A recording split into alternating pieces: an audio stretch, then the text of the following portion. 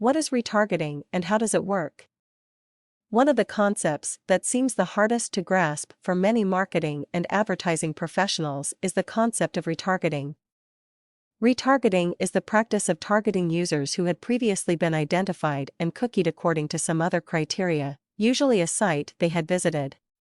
What makes this difficult for many advertising professionals to grasp is that retargeting usually involves more than just one publisher's site. In fact, it is usually the outgrowth of participation in a network of sites or a larger campaign. For instance, let's say a user visited site A, and then a few days later, visits site B. Site A is running an online advertising buy for a client that has a branding focus, and thus the client has a strong desire to continue or reinforce that message to users who have already seen the campaign. The client's goal is to target the user with this same message on site B, thus the re in retargeting, which literally translates to target again. One of the frequent examples of how retargeting is applied is where site A is the manufacturer or advertiser's website, and site B is an unrelated or unaffiliated site. The advertiser and owner of site A hopes to brand or persuade the recent visitor to return to site A to make a purchase if he goes to site B.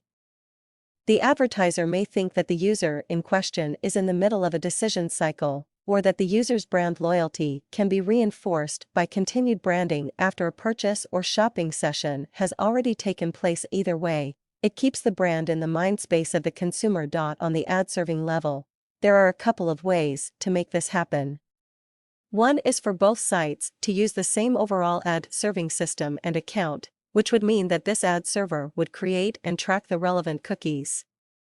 Another method is for the ad server on site B to give a pixel to site A to create a cookie, and then site B would monitor incoming users for that relevant cookie.